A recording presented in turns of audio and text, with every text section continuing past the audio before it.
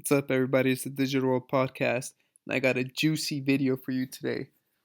There's a lot of things that are happening every day. It seems like every day something is happening, so there's always news.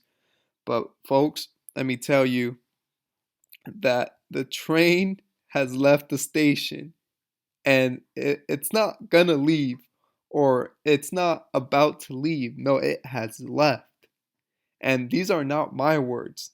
This is Rosie Rios from the U.S. Treasury, former U.S. Treasury Secretary that's now on the Ripple Board of Members. And listen to what she has to say. Because don't take my word for it, okay? Let's see what she has to say.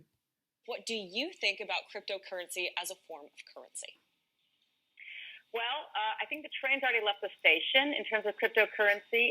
You may or may not know that I just joined the board of Ripple, and the reason why I chose to join that board, it's, in my opinion, one of the few cryptocurrency options out there that has a credible and legitimate use. So financial institutions use it to settle cross-border payments. There you have it. I mean, uh, for crying out loud, her name is signed on, I think, 1.5 trillion dollars in circulating supply. So she's no schmuck. This is a very powerful woman who's now on the board. And you think if she's saying this, then it holds weight. And I know when she first got in, she said, "Let the future begin now." So, um, there are no coincidences at all. There are never coincidences. And after a while, it starts becoming a pattern that you get to see. Now, this is on CNBC News, and listen to what this anchor has to say. The Federal Reserve is issuing a white paper this summer about the possibility of issuing CBDCs. Now, we all know this is going to happen. It's not an if, ands, or buts about it. It's going to happen. But they're just slowly sliding it to see the kind of reaction people are going to have towards it. And I'll tell you one thing. If they're asking for public comment on this summer, it's because it's already done and ready to go. Whenever a city board or a state legislative asks for public comment, it's just because it's kind of a nice way of having people put their input in. But make no bones about it, it's done and ready to go. This thing is here to stay, and and it's coming very soon. So hear this video and see what they have to say. Hey, Tyler, the Federal Reserve announcing it's taking another step at looking at the possibility of issuing a central bank digital currency, saying it's going to issue a paper. And that paper will be issued this summer that will focus on the benefits and risks of a central bank digital currency. The Fed's going to ask for public comment on whether or if it should do this thing and what the risks are. And Saying they're asking for public comment. And like I stated, if they're already asking for public comment, that's because it's ready to go. It's already been explored and thought about. Everything that the masses hear about or any news they get, it's already old stuff that's already been done with. Chair Powell saying in a video release that the Fed made available along with this statement that this represents the beginning of a thoughtful and deliberative process when it comes to thinking about a central bank digital currency. He does not say, for the record, the Fed has reached a conclusion to issue one. But here's some quick sound from what the chairman released in his video. We are committed at the Federal Reserve to hearing a wide range of voices on this important issue before making any decision on whether and how to move forward with a U.S. CBDC, taking account of the broader risks and opportunities it could offer. He also says the CBDC should be designed for general public use and should be a complement, not a replacement for cash. So, Kelly, hard to know exactly how big of a step this is. The Fed has been thinking about issuing a CBDC for quite some time, but now it's going to issue this paper, and that paper will be coming out in the summer. And, whenever they say one thing, it's always the opposite. And whenever they say it's going to be a complement, not a replacement for cash, it's going to replace cash inevitably, And so that's why It's just a bunch of smokes and mirrors at the end of the day.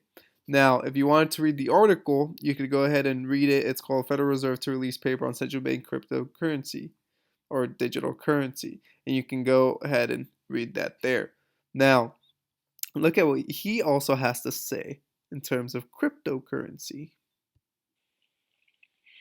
Recently, the rise of distributed ledger technology, which offers a new approach to recording ownership of assets, has allowed for the creation of a range of new financial products and services, including cryptocurrencies.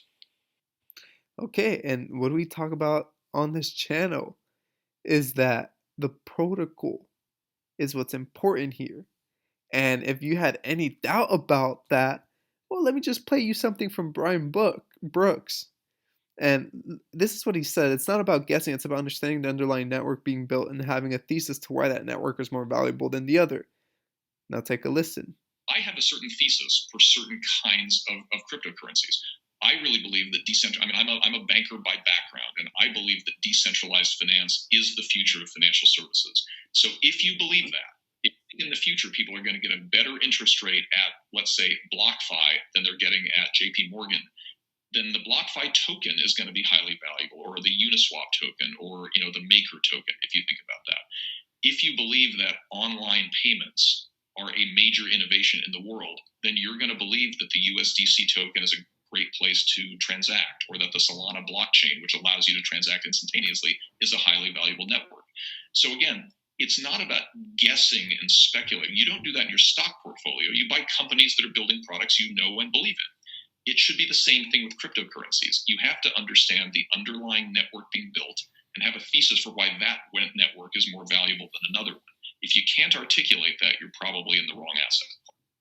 Okay, and so that's why we've been talking about knowing what you own, investing in things with utility. And I mean, I don't just go out here and just talk about things. I show you from people who have positions in state offices, who are involved in the Senate and all parts of the world. And because I don't want you to take my words for it, I want you to see that they're saying it themselves. And that's what's important. And why do we invest in what we invest? Because it has utility. XRP, XLM have the utility, the use case that can be scalable to the whole world. You could scale it so much that it can handle probably that if you look at the transactions it can handle per second, it far blows out of the water Bitcoin or Ethereum. And so these are things you have to look at that are important, and it's efficient. Okay? Now, to end this was a very good post by Digital Asset Investor that he posted, and this is what I commented on that post because I thought it was a really good post. I said it was crazy to think he was talking this way in 1999. He was way ahead of his time. Makes you think that everything is planned years in advance. And this is from something he says that, PayPal Galactic was announced in 2013, but you haven't heard anything about it. And that's the same year that this guy, Peter Thiel, invested in Ripple. Now, listen to what he has to say. Network.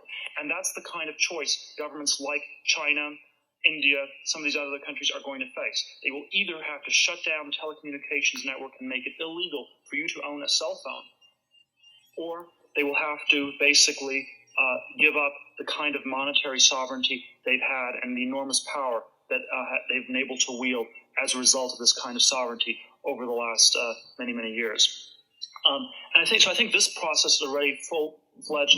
The dollarization worldwide is going to be accelerated enormously by the technology.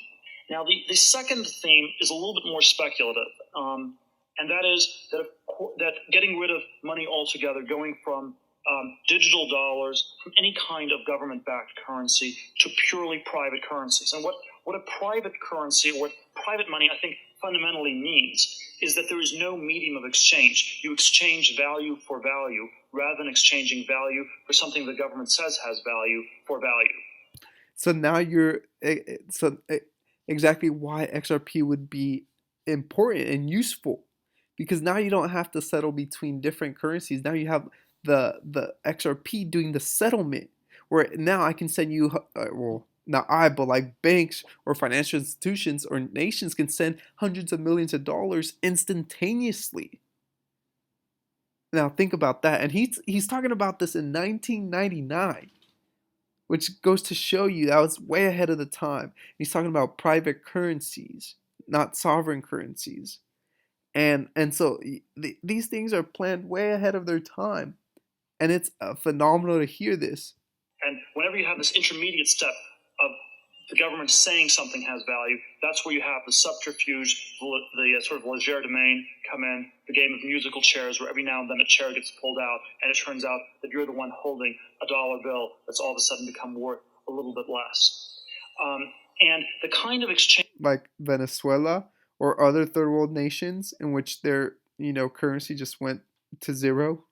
Of value for value, the classic model would have been some sort of a barter model. That obviously has enormous transaction costs associated with it. These transaction costs go down in a digital age. And the kind of model that I think is the most likely to take place is one where you have other kinds of financial instruments that are very, very liquid. The one I would cite in the UML disagreement, it's a disagreement on emphasis, is I don't think the big fights on this are going to be fought in Washington, D.C. I think that, actually, it's for all the reasons Richard cited. The people in D.C. are completely backwards. They don't understand any of the technology, and even to the extent they can, it can't be stopped. You cannot stop things on the level of Washington, D.C. in terms of shutting down these encryption protocols, things like that. And who said, I'm just remembering now, who was in a Senate hearing and told or said in the hearing that if they try to stop the technology, it'll go around them? That was Jay Clayton himself. He said it's here, that the technology is here, and you can't stop it. If you try to stop it, it will go around you. So instead of trying to stop it, work with them. Who said that? Was Jay Clayton. And it's interesting to think that he's saying that the technology can't be stopped. Very interesting.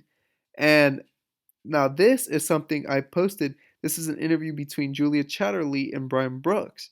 And I'm going to play you, this is a great interview. I'd recommend that you watch it all. But I'm going to play you a part where he says that derivatives being implemented into cryptocurrency would dampen the volatility.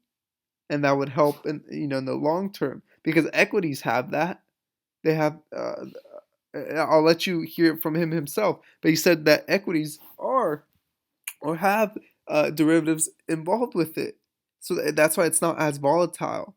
And one thought I had was, if XRP is meant, if its full intended use case is for the derivatives market, which would have all the money, what would that price be? And it would be a very stable price. It wouldn't be as volatile.